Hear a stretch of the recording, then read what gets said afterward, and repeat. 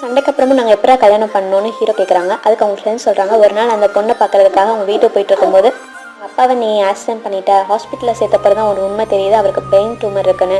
So அவர் கொஞ்ச நாள் தான் உயிரோடு இருப்பார்னு சொல்லி அந்த பொண்ணோட அப்பாவும் இவங்க அப்பா ஃபோர்ஸ் பண்ணி இவங்களுக்கு கல்யாணம் பண்ணி வச்சிட்டாங்க அப்படின்ற உண்மையை சொல்கிறாங்க. உடனே உனக்கும் அந்த பொண்ணுக்கும் செட் ஆகல, எப்போ தான் ட்ரிங்க்ஸ் பண்ணிட்டு புலம்பிகிட்டே இருப்ப அப்படின்னு சொல்லியிருக்காங்க. தென் ஒரு நாள் நீ அந்த பொண்ணும் தேட்டருக்கு போகலான்னு போயிட்டுருக்கும்போது ப்ரொடியூசர் தேட்டரில் இருக்கும்போது கால் பண்ணி ஸ்டோரி சொல்கிறதுக்கு கூப்பிட்றாங்க.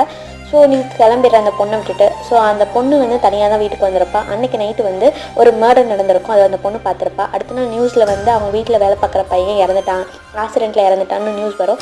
ஸோ இது ஆக்சிடென்ட் இல்லை, மர்டர் தான், நான் என் கண்ணால் பார்த்தேன் அப்படின்னு ஹீரோயின் சொல்கிறா.